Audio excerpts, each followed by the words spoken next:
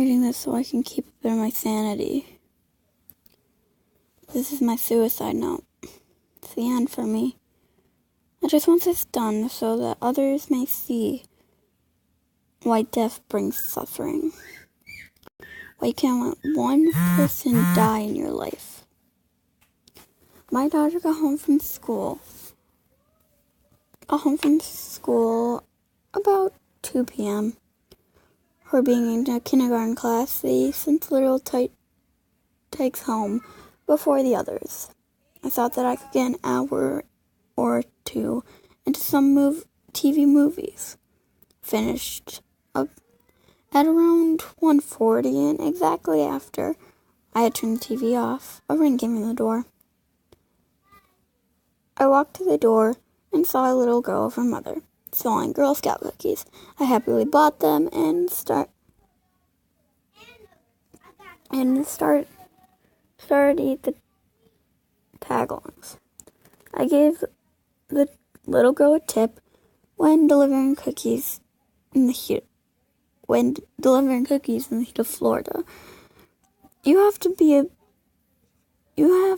to have a bit of decency. About 25 minutes later, my daughter got home. "Hello, Daddy," she said, throwing herself on me. I chuckled and got her some lunch. It was definitely a normal day. Until that night. At around 1:40 a.m., my daughter screamed bloody murder. I quickly jumped out of bed and ran to her room. I threw the door open and saw my daughter huddling up in a little ball in the corner of her bed. I grabbed her quickly and turned the lights on in her room. What I saw was completely chilling. I saw written in red paint on the wall: lust, gluttony, greed, sloth, wrath, envy, and pride. Sins of your forefathers, sins you can't hide. What the hell was that supposed to mean? Just 7 sins? My daughter started to hyperventilate. She started saying, "Daddy, Daddy, Daddy, Daddy," over and over again. I grabbed her asthma inhaler and tried to give it to her. But she was so far into her asthma attack that she really couldn't do much. I ran to my car with her and placed her in the back seat. I drove as fast as I could to the nearby hospital. We were instantly admitted, and she was saved from going into cardiac arrest. Turned out that my daughter, at 5, had a heart disease. It was about 7 years later, and during those 7 years,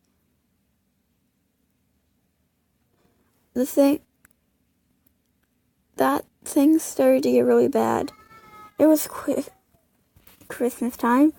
I had a wife named Samantha and a son named Gregory. My daughter, Haley, was 12 years old. Greg was about 4. I was loving my place. The kids were happy. Samantha and I were happy. It was great, except for the years prior. The first, all the women around me became aroused and flirted with me constantly. You want to know why that's bad? Because everyone that I rejected killed themselves in some horrid way. One gutted herself with a kitchen knife. Another hung herself from the gutter of her house. The second year, my daughter became infatuated with food so much that her heart condition worsened. She was rushed to the hospital over 10 times during the year.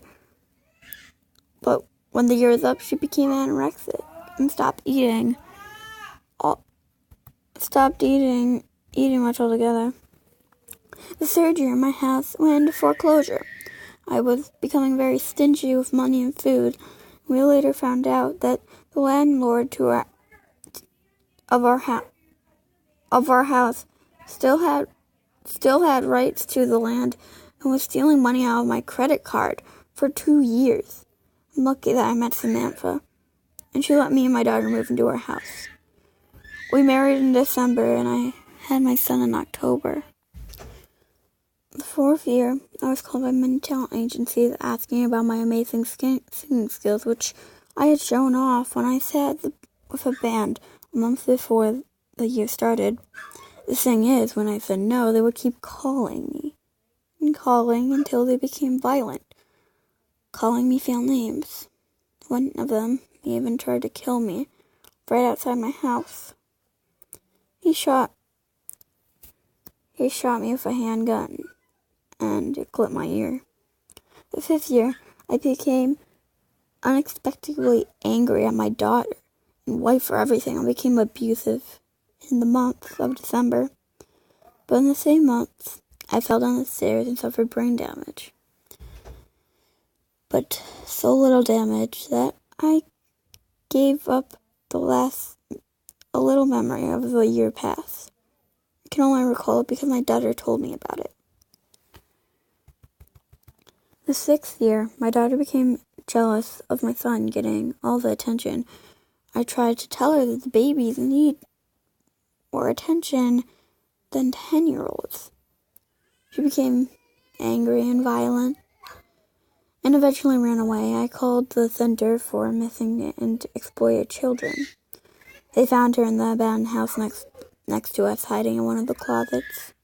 She was starving and eventually kicked her anorexia.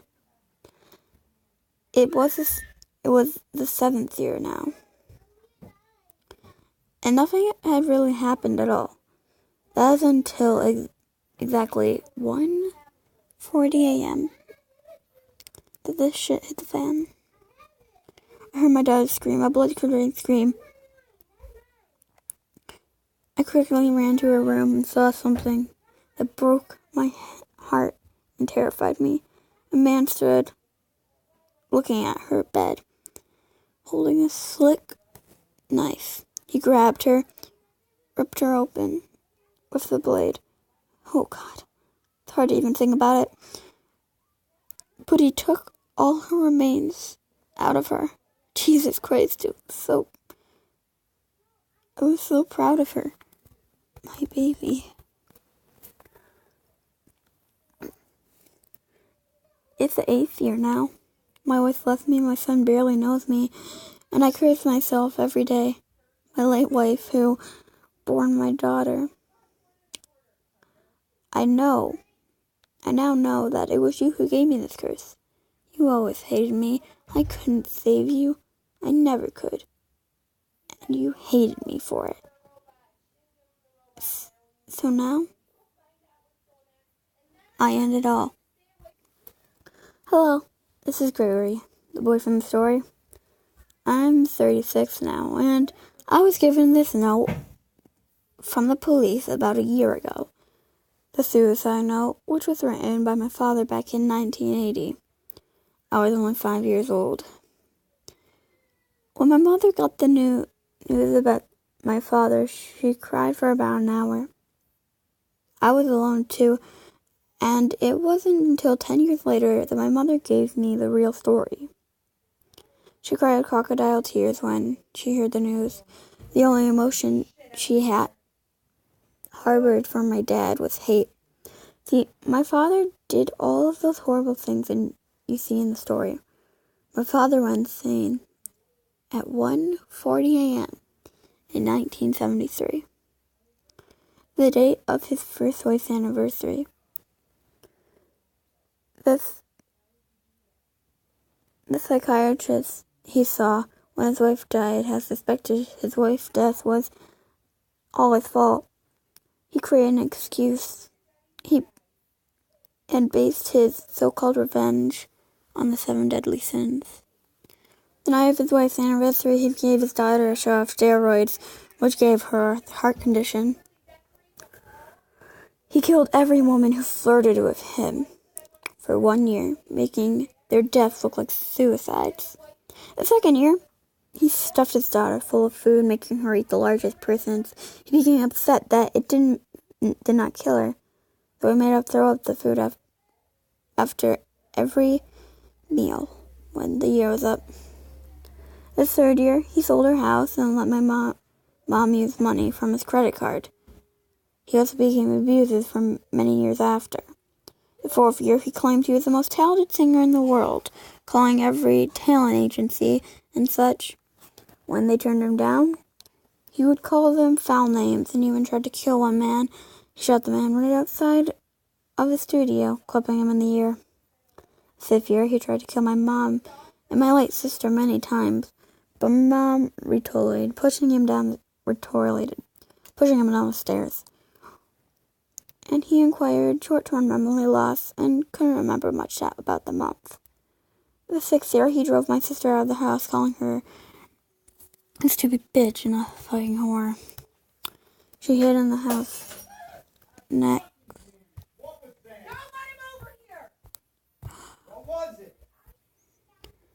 She hid in the house next door, and when my father called the lost child agency, the fourth term team quickly turned her back into our house, which my mother frequently called hell.